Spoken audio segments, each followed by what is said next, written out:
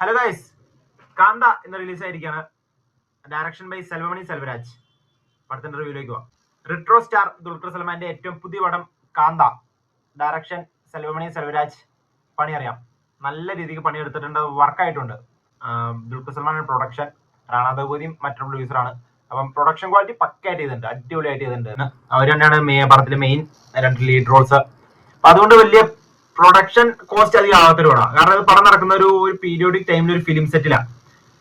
പടം ടോട്ടൽ മൊത്തത്തിൽ ആ ഒരു ഫിലിം സെറ്റിനെ ചുറ്റിപ്പറ്റി. അപ്പൊ അധികം ലൊക്കേഷൻസ് ചേഞ്ചോ കാര്യങ്ങളൊന്നുമില്ല. പിന്നെ മെയിൻ ലീഡ് റോൾസ് ഇവർ തന്നെയാണ്. അപ്പം അധികം പ്രൊഡക്ഷൻ ആയില്ല, ബട്ട് പ്രൊഡക്ഷൻ ക്വാളിറ്റി പക്ക ക്വാളിറ്റിയിലാണ് പടം എടുത്തിരിക്കുന്നത്. അതിന്റെ ആർട്ടൊക്കെ പക്ക കേട്ടോ. ആ ഒരു പീരിയോഡിക് റിട്രോ, ആ ഒരു കാലഘട്ടത്തിലെ സിനിമ ഷൂട്ടിംഗ് സെറ്റ് അടിപൊളിയായിട്ട് ചെയ്തിട്ടുണ്ട്.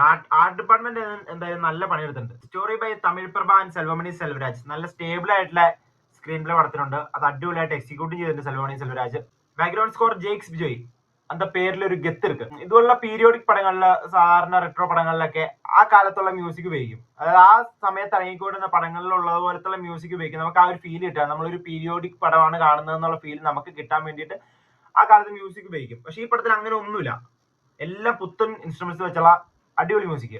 ആ ഒരു ഫീൽ തരാൻ വേണ്ടിയിട്ട് ഒന്നും അങ്ങനെ ഒരു മ്യൂസിക് ഒന്നും ആഡ് ചെയ്തിട്ടില്ല. ചെയ്തേക്കുന്ന വർക്ക് എല്ലാം അടിപൊളി. നമ്മൾ കാണുമ്പോൾ നമുക്ക് ഫീൽ ചെയ്യും, ഇത് കൊള്ളാലോ എന്ന് ഫീൽ ചെയ്യും, കുറെ എടുത്ത് ഫീൽ ചെയ്യും. DOP Danis Sanchez Lopez. പുള്ളി അടിപൊളിയായിട്ട് ചെയ്തിട്ടുണ്ട്.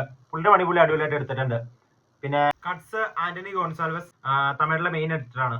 പുള്ളി അടിപൊളിയായിട്ട് ചെയ്തിട്ടുണ്ട്. ലാസ്റ്റ് നമ്മുടെ മലയാളത്തിൽ വന്ന GVMന്റെ ഡൊമിനിക് ആൻഡ് ദി ലേഡീസ് സ്പേസിലെ കട്സും പുള്ളിയായിരുന്നു. പെർഫോമൻസിലേക്ക് വരികയാണെങ്കിൽ ദുൽഖർ സൽമാൻ പൊളിച്ചിട്ടുണ്ട്. കാരണം ഇതൊരു അഭിനയിക്കേണ്ട പടം, ഇതൊരു പീരിയോഡിക് പടം. അപ്പൊ ആ സമയത്തുള്ള സിനിമകളിൽ അഭിനയിക്കണമായിരുന്നു. ഇപ്പൊ നമ്മളെല്ലാം ഇപ്പോഴുള്ള പടങ്ങളിലെല്ലാം നാച്ചുറൽ ആയിട്ടിങ്, പക്ഷെ പണ്ട് അഭിനയം ഫീൽ ചെയ്യണമായിരുന്നു. അപ്പം ആ ഒരു അഭിനയം ഇതിനകത്ത് കാണിക്കണം. അപ്പൊ ഒരു പൊടിക്ക് മേലോട്ടോ താഴോട്ടോ പോയി കഴിഞ്ഞാൽ കയ്യിൽ പോകും. ഒരു പൊടിക്ക് മേലോട്ടോ ആയി കഴിഞ്ഞാൽ ഓവറായി പോകും. താഴേക്ക് പോയി കഴിഞ്ഞാൽ ആ ഒരു റെട്രോ, ആ ഒരു പീരിയോഡിക് വൈബ് നമുക്ക് പോകും. അങ്ങനെ ഒരു പടമാണ് നമ്മൾ കാണുന്നതെന്നുള്ള ഫീല് നമുക്ക് കിട്ടാണ്ടായി പോകും. അപ്പൊ ഇതിന്റെ ഇടയ്ക്ക് വെച്ച് അടിപൊളിയായിട്ട് ദുൽഖർ ചെയ്തിട്ടുണ്ട്.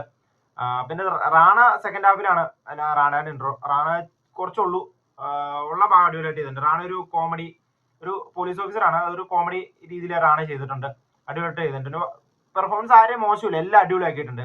വളരെ കുറച്ച് ലിമിറ്റഡ് ആൾക്കാരേ ഉള്ളൂ. പിന്നെ നമ്മൾ സ്റ്റോറിയിലെ നോക്കുമ്പോൾ ഒരു ഇൻഡസ്ട്രിയിലെ മെയിൻ ഒരു ആക്ടറും ഒരു ഡയറക്ടറും തമ്മിലുള്ള ഈഗോ ക്ലാഷിൽ തുടങ്ങിയിട്ട് പടം പിന്നെ ചെറിയ ഡ്രാമ കാര്യങ്ങളൊക്കെ ആയിട്ട് പോയിട്ട് സെക്കൻഡ് ഹാഫ് ആകുമ്പോഴത്തേന് പടം ഒരു ഇൻവെസ്റ്റിഗേഷൻ ത്രില്ലറിലേക്ക് മാറുകയാണ്. ഒരു കൊലപാതകം നടക്കുന്നു, അതിനോടനുബന്ധിച്ചുള്ള ഇൻവെസ്റ്റിഗേഷനും കാര്യങ്ങളായിട്ട് പടം അങ്ങനെ പോവാണ്. ലാസ്റ്റ് ട്വിസ്റ്റും കാര്യങ്ങളായിട്ട് നമുക്ക് നല്ല പ്രശ്നം. സ്ഥിരം ഉള്ള കഥകളല്ല, സ്ഥിരം ഉള്ള കഥകളോ സ്ഥിരം ഒരു കുറ്റം സംഭവിച്ചിട്ട് കുറ്റം തെളിയിക്കുന്ന രീതികളോ കാര്യങ്ങളോ അങ്ങനെയൊന്നുമല്ല. ഞാൻ എന്തെങ്കിലും പറഞ്ഞു സ്പോയിലർ ആയി പോകും. അപ്പം എന്തായാലും നിങ്ങൾ തിയേറ്ററിൽ പോയി തന്നെ പടം കാണുക, എൻജോയ് ചെയ്യുക. അപ്പൊ ഇതുപോലെ പുതിയതായി ഇറങ്ങുന്ന മൂവീസിന്റെ റിവ്യൂസ് എത്രയും വേഗം അറിയാൻ ചാനൽ സബ്സ്ക്രൈബ് ചെയ്യുക, വീഡിയോ ലൈക്ക് ചെയ്യുക, സപ്പോർട്ട് ചെയ്യുക. Thank you.